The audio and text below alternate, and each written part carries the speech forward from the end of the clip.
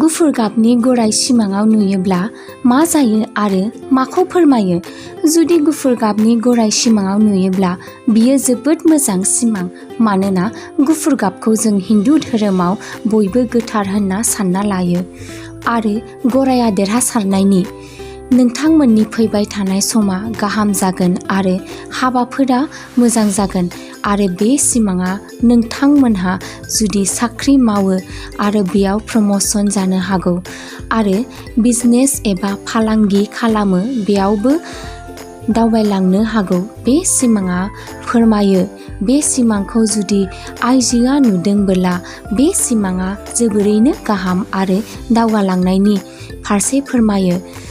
आइजोफोरनि बेलायावबा बिसिनि फैबाय थानाय समा जोबोर मोजां जागोन आरो नोंसिनि नखराव जेखि उसुबिदा दङब्ला बेफोरनिफ्राय रैखा मोनगोन।